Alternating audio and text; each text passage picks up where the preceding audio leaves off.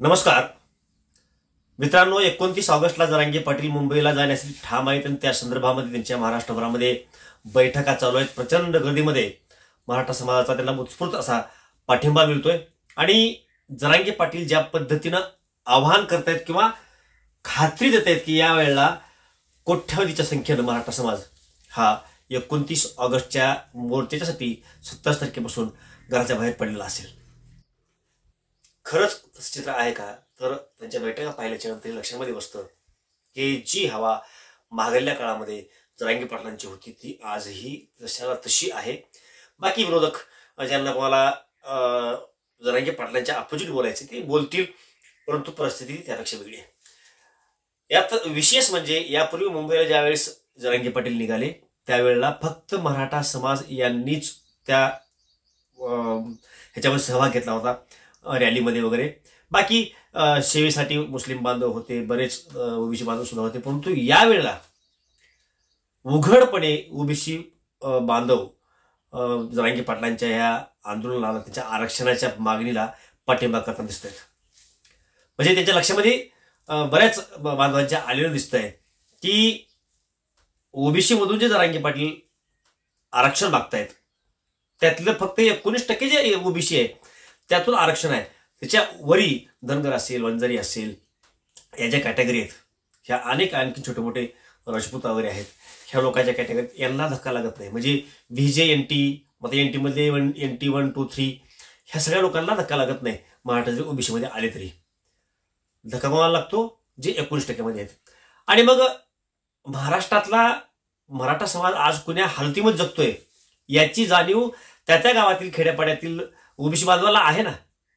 म्हणजे माझ्या गावातील ओबीसी बांधव मी कसा आहे मला ओळखतात, माझ्या अडचणी बघतात, त्यांना माझ्या अडचणी दिसत आहेत, खरंच मला आरक्षणाची गरज आहे का हे त्यांना कळत आहेत। एखाद्या वेळेला माझ्या गावातले ओबीसी बांधव सामूहिकपणे सार्वजनिकपणे बोलत असताना काही प्रसंगामध्ये मराठा समाजाच्या अपोजिट, जरांगे पाटलाच्या अपोजिट बोलतील, परंतु गाव पातळीवर मात्र त्यांची भावना अशीच आहे की खरंच आपला बा मित्र अडचणीमध्ये आहे, आरक्षण भेटलं तर ह्याची अडचणी भेटणार, मला लेकरू शिकायसारखं आहे, ह्याच्याकडे पैसे नाहीत, आरक्षण भेटलं तर पैशा अभावी जे शिक्षण याचं कधी मुळाला देऊ शकणार नव्हतं ते शिक्षण तू देऊ शकेल, त्याच्या लेकरा बाळाचं कल्याण होईल, अशी भावना त्या लोकांची आहे। आणि त्यामुळं हे उत्स्फूर्तपणे हे लोक आता बाहेर पडताना दिसत आहेत। परंतु 29 ऑगस्टच्या ह्या रॅलीचं किंवा उपोषणाला बसण्यासाठी जी मुंबईला जरांगे पाटील निघतात याची धास्ती मुंबईमधील गणेश मंडळाने घेतली असं एक बातमी मागायला काळाली। वास्तवामध्ये यांचा एक रूट आहे, त्या रूटने जाणार आहेत अशीही मुबलक मोठ्या प्रमाणामध्ये गर्दी असते। थोडा बहुत फरक पडेल की जरांगे पाटील आणि मराठा समाज मुंबईमध्ये जर नाही गेला तर त्या परिस्थितीमधला गणेशोत्सव मुंबईमधला आणि हे गेल्यामुळं थोडा बहुत फरक पडेल, परंतु गेल्यामुळे काय फार मोठा त्याचं काही विघातक अशा घटना घडणार अशातला भाग नाही। परंतु जरांगे पाटलांना जर उपोषणाला बसू द्यायचे नसेल तर याला अडथळा निश्चितपणे आणावा लागेल। ते आणण्यासाठीचे वेगवेगळे प्रयोग सरकारच्या माध्यमातून किंवा विरोधकाच्या माध्यमातून त्याला केले जातील, त्याचे प्रयत्न चालू पण झाले। त्यामुळे मराठा बांधवांनी सावध व्हायचंय आणि एक गोष्ट लक्षात घ्यायचं की इतक्या मोठ्या मॉबच्या वाकड्यामध्ये शिरायची हिंमत कुणी करणार नाही, पहिलं टॉपिक। त्यामुळे घाबरायची गरज नाही, बिनधास्तपणे निघायचं। आणि दुसरी गोष्ट, आपल्याकडून विघातक कुठलीच गोष्ट होणार नाही।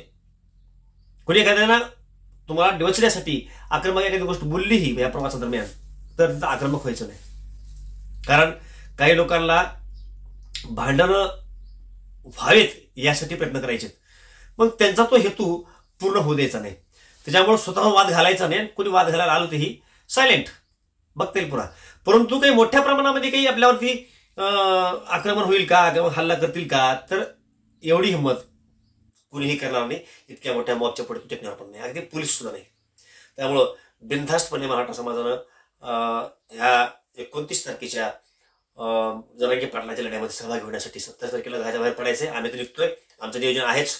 आपली भेट त्या काळामध्ये ह्या व्हिडिओच्या माध्यमातून प्रवासामध्ये आपली भेट होईलच अनेक लोकांची, परंतु सर्वांनीच मॅक्झिमम संख्येनं तिथे यायचं। हा शेवटचा लढा म्हणायला हरकत नाही काही, कारण जर मराठा समाजाचा रिस्पॉन्स दिसला गेला तर जरांगे पाटलांचा उत्साह पण कमी होऊन जाईल आणि शेवटी आपल्यासाठी ते जे भांडतायत त्याचा लढा बंद पडेल, नुकसान शेवटी आपला आहे। एक गोष्ट तुम्ही लक्षात घ्या, जरांगे पाटलांच्या कुटुंबाला ओबीसीचं आरक्षण भेटलेलं आहे. त्यांनी अजून लाभ घेतलेला नाही, पण ते कुण्याही दिवशी लाभ घेऊ शकतात घ्यायचं म्हटलं तर. परंतु त्यांचं वाक्य आहे ते भांडतात कोणासाठी? या समाजासाठी. आणि मग समाजाचं काम आहे की त्यांनी ज्यावेळेस आवाज देतील त्यावेळेला त्याच्या पाठीमागे राहणं. त्यामुळे सर्वांनी अगदी 27 तारखेला आपल्या घरून बाहेर पडायचं. जिथं तुम्हाला जॉईन होणं शक्य असेल त्या ठिकाणी जाऊन जॉईन व्हायचं. काही लोक 27 निघतील, काही लोक जे पुढले आहेत ज्यांना 28ला पुण्याच्या लगबगीत जॉईन होणं शक्य असेल त्यांनी 28ला त्या ठिकाणी जॉईन व्हावं आणि मोठ्या संख्येनं जरांगे पाटलांना तिथं बसवण्यासाठी आपण पाठवण्यासाठी जावं. आणि एक जरांगे पाटील उपोषणाला बसल्याच्या नंतर तुम्ही परत फिरा. काही लोक वापस येतील, काही नवीन लोक जातील. ही गाठी भेटी घेण्याची जो सिलसिला आहे तो पुढे चालू राहील. परंतु इतकी वेळ सरकार येऊ दे असं वाटत नाही आणि येऊ पण सरकारने देऊ नये, कारण इतक्या मोठ्या संख्येमधला मॉब मुंबईमध्ये जाणं योग्य नाही, ह्यांची पण इच्छा नाही. परंतु मजबुरी आहे की ते केल्यामुळं आरक्षण मिळणार असेल तर मग जावं लागेल. त्यामुळं मराठा बांधवांनी खंबीरपणे यावेळेला जरांगे पाटलांच्या पाठीशी मागं राहायचंय. आपले 2 दिवस फक्त 27, 28, 29ला संध्याकाळी जरांगे पाटील बसले की तुम्ही वापस निघा, काय अडचण नाही. आणि मग हे होत राहील. पुन्हा काही लोक येतील, काही जातील, नंतर हे जात चालत राहील, त्याचा काही विषय नाही. परंतु आज मोठ्या संख्येनं बहुसंख्य मराठा समाज, सगळाच मराठा समाज जो काही 6 कोटी 7 कोटी सांगितला जातोय तेवढा पूर्ण समाज जरांगे पाटलांच्या पाठीशी आहे हे दाखवण्यासाठी म्हणून 27, 28 आणि 29 या 3 दिवसामध्ये जमल त्या ठिकाणी जमल त्या दिवशी आपण जॉईन व्हावं आणि आपलं शक्ती प्रदर्शन निश्चितपणे करावं असं आवाहन करतो. मी येणार आहे, आपण पण या. जय शिवराय.